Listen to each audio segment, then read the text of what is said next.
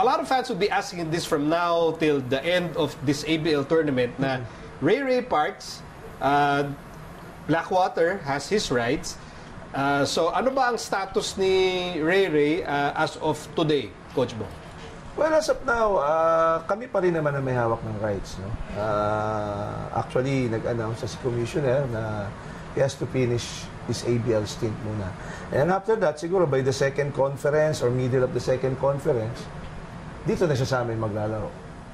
And then, at kung matuloy nga si Ray na mapunta siya sa Blackwater Elite, what will his role be for your team? Well, actually, he can play the 2 position, he can play the 3 position. Pag gusto ko ng malaking gwardiya, pwede ko siyang i-point guard, paminsan-minsan. Kasi Mac Bello also can play the 4 sometimes, minsan 3. So yun ang magiging position ni Ray. 3-2-1. 3-2-1. As potential teammates of Ray, how do you see Ray now as a player? I mean, how good is he coming into his first season in the PBA, Abu? I'm pretty excited, just to be able to see him, in the ABL level and see how he could impact the game. And then coming on to our team, he could help as a big guard, like Coach said.